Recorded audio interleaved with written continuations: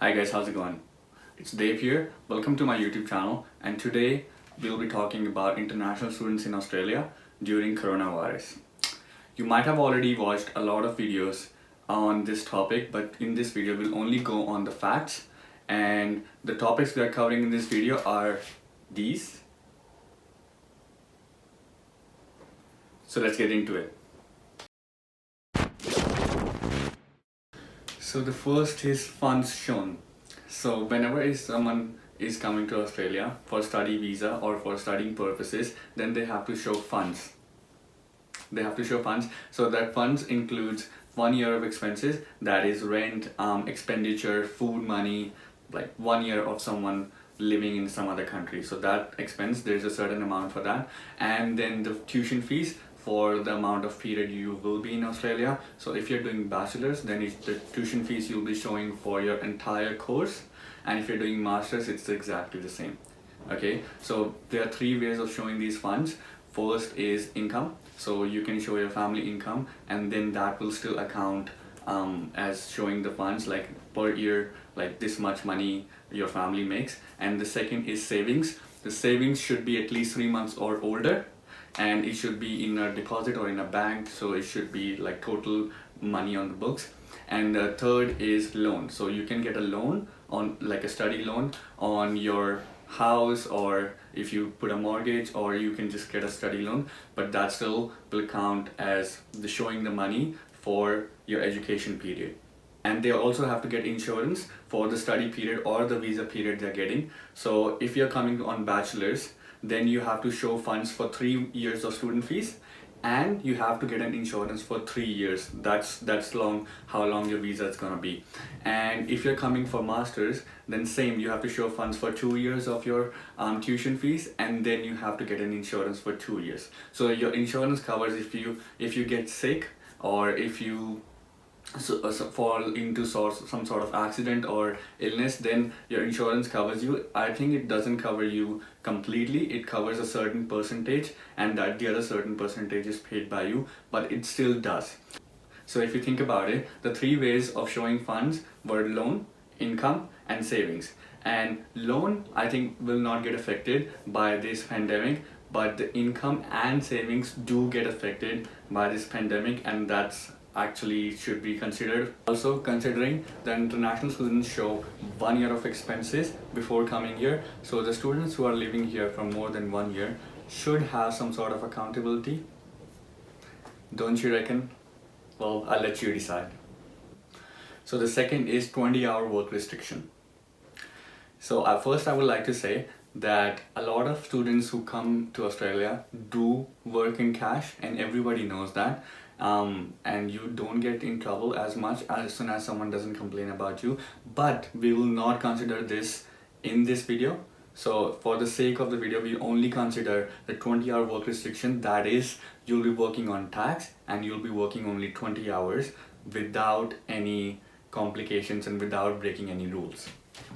So when we talk about this 20-hour restriction, first question arises is why this restriction is there in the first place. Why someone is allowed to work 20 hours while they're studying and full time when they're not studying. So the psychology of the Australian government goes for is, when the international student is in Australia, they should focus on their studies. That's why they only allow them to work only 20 hours while they're studying. So the major focus goes on their studies, which is totally fair and totally acceptable. But this pandemic also is affecting their studies. Like, if people are losing their jobs, there's a certain amount of income every student gets per week from their job, and that gets completely cancelled, completely cut off. That also affects them mentally, that also affects them psychologically. So what is the government doing about that? And this pandemic is also affecting students mentally and psychologically. So the Australian government, what are they doing about that? So I looked into it. There are some sort of organizations that are put in place for this kind of things. So if you send them an email, which I did, they tell you, oh sorry, we cannot provide you any sort of support, but if you want someone to talk to, you can call this person. So there's no solution for your problem, but there are people you can talk to. So Let me talk to you. Let me talk to you.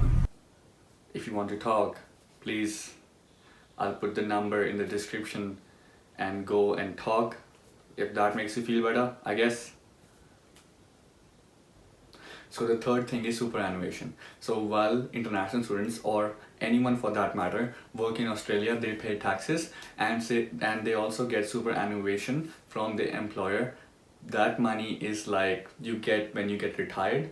So that's sort of like your retirement money, or you get when you're leaving the country like permanently. You're leaving Australia, you get all your super money, which Australian citizens are allowed to take after 20th of April.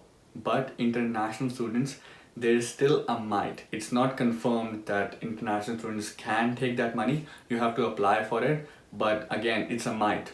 So we might be able to help you, but not sure yet. So that's something.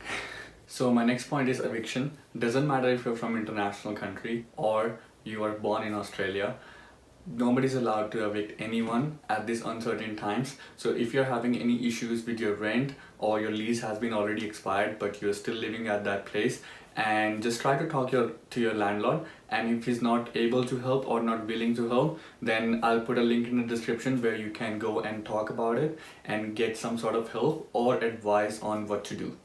Next point is $1,500 per fortnight for Australian citizens and permanent residents. So what does that do for international students? So the Australian government, what they did, they're providing $1,500 per fortnight for citizens and permanent residents through their job. So if you're a citizen and you have a permanent part-time job or a permanent full-time job, or if you have worked somewhere for more than 12 months being a casual, you are entitled for that $1,500 per fortnight. But how does that work? So according to this $1,500 per fortnight condition, every place that is open have to make sure the citizens that are working there that come in this criteria are getting at least $1,500 per fortnight. And if they are not able to provide this much money, then the Australian government will chip in the leftover. So they sort of have to prioritize citizens and permanent residents for their job, and that makes like international students and the temporary visa people lose their job more.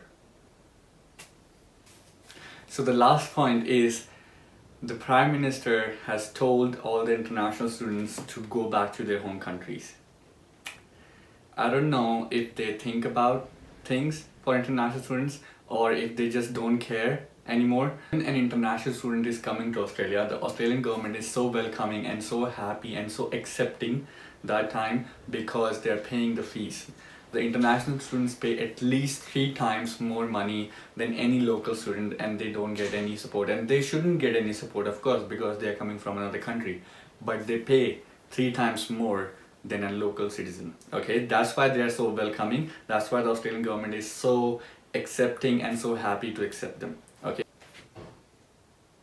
a lot of the countries are not accepting any flights at this moment.